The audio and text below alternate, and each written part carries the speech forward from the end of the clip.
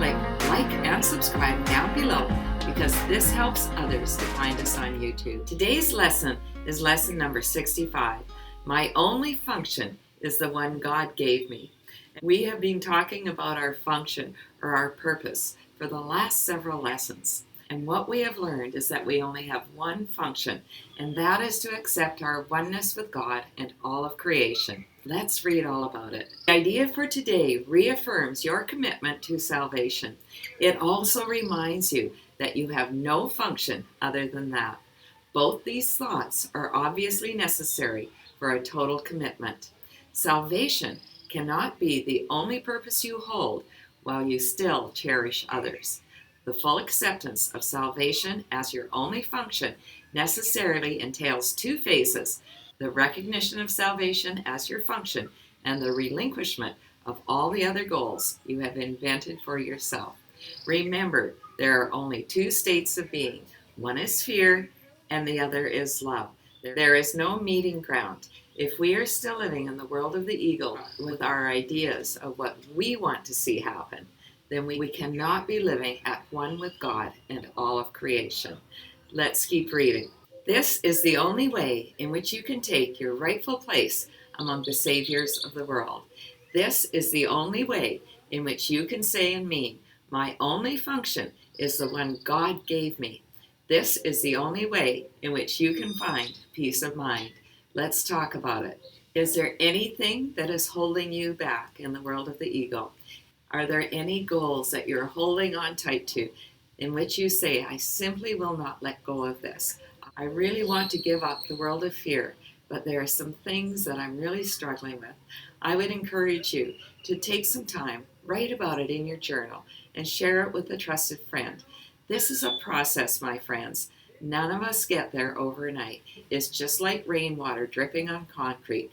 Bit by bit, bit by bit, eventually the rainwater will wear a hole through the concrete. The same thing is true with these lessons.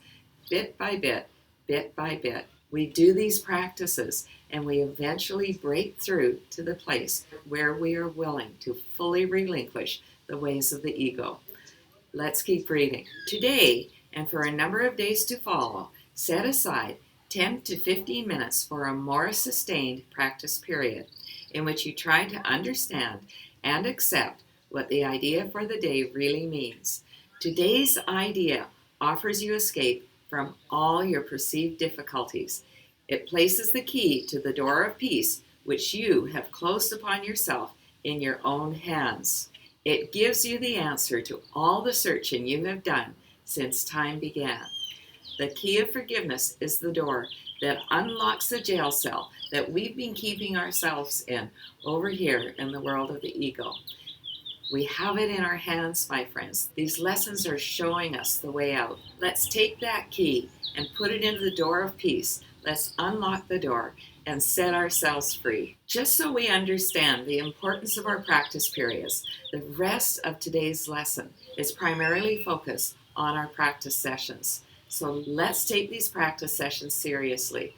This is the key that will unlock the door to peace. Let's keep reading. Try, if possible, to undertake the daily extended practice periods at approximately the same time each day. Try also to determine this time in advance and then adhere to it as closely as possible.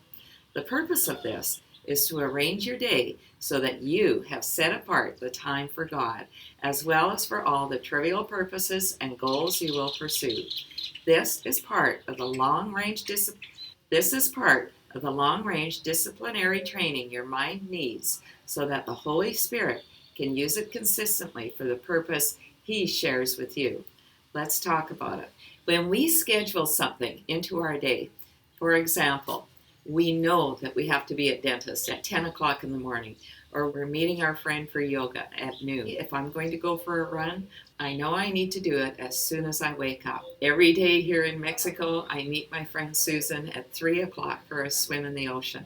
We schedule the time for what we consider important. This section is telling us to schedule in our practice periods. Make them a part of our daily routine.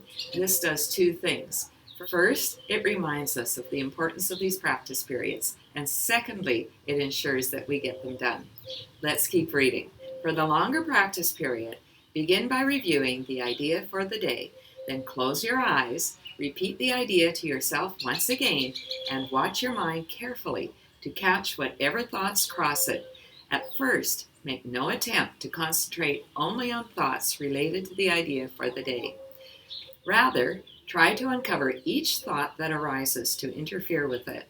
Note each one as it comes to you with as little involvement or concern as possible, dismissing each one by telling yourself, this thought reflects a goal that is preventing me from accepting my only function. Let's talk about it. As in our previous practice periods, we are being encouraged to start our practice period with the idea for the day.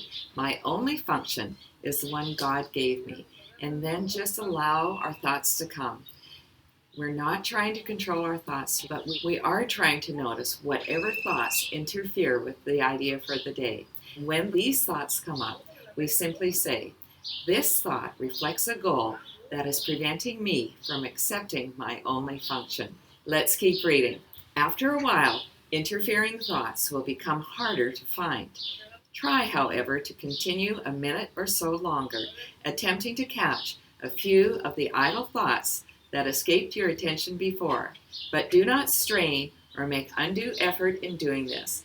Then tell yourself, on this clean slate, let my true function be written for me. You need not use these exact words, but try to get the sense of being willing to have your illusions of purpose be replaced by truth. Just as in our daily lives, we get caught up in the thoughts of the ego. This lesson is trying to help us to take the key and unlock the door of peace to set ourselves free. We want to notice any time that we're caught up in the thinking of the ego. These meditations help us to become more conscious of our thoughts. This practice is going to help us when we're not meditating to become more aware of interfering thoughts. The more we do this practice, the harder it's going to be for us to find interfering thoughts. Our spiritual muscles are growing stronger as it becomes harder and harder to find these interfering thoughts. And we find that we're sinking deeper and deeper into our meditation. We say to ourselves, on this clean slate, let my true function be written for me. Let's finish the reading. Finally, repeat the idea for today once more and devote the rest of the practice period to trying to focus on its importance to you. The relief its acceptance will bring to you by resolving your conflicts once and for all, and the extent to which you really want salvation in spite of your own foolish ideas to the contrary. Let's talk about it. The real question, my friend, is how badly do you want to experience your oneness with God and all of creation? Are you willing to put the time and the effort into doing these meditations on a regular basis? Remember, we are retraining our brains to think with the mind of God rather than with the ego. Let's finish our readings. In the shorter practice periods, which should be undertaken at least once an hour, use this form in applying today's idea. My only function is the one God gave me. I want no other, and I have no other. Sometimes close your eyes as you practice this, and sometimes keep them open and look about you. It is what you see now that will be totally changed when you accept today's idea completely. Let's talk about our practice periods for today. First thing in the morning and last thing just before we go to sleep. We want to take 10 to 15 minutes to read or listen to today's lesson and then just sit in a silent meditation as we allow the thoughts to come. Notice which ones are interfering with the thought for today, and as they come up, say to ourselves, this thought reflects a goal that is preventing me from accepting my only function. The more we do this, the better we'll get at picking up these thoughts that are preventing us from seeing our function. Once we find that our mind has relaxed and let go of all the thoughts of the ego, we say to ourselves, on this clean slate, let my true function be written for me. For our shorter practice periods, which should be at least once an hour, we can certainly do them more often, and particularly whenever something is upsetting us. We simply say to ourselves, My only function is the one God gave me. I want no other, and I have no other. And then we simply sit for a minute or so and let the ideas sink deep into our being. Thanks so much for listening right until the end, my friends. If you enjoyed today's video, please share the love. Tell someone about these videos. Encourage them to start at lesson 1 and only do 1 lesson a day. Are you ready for our special treat? My only function is the one God gave me. Have a day of being at one with God and all of creation, my friends. I love you.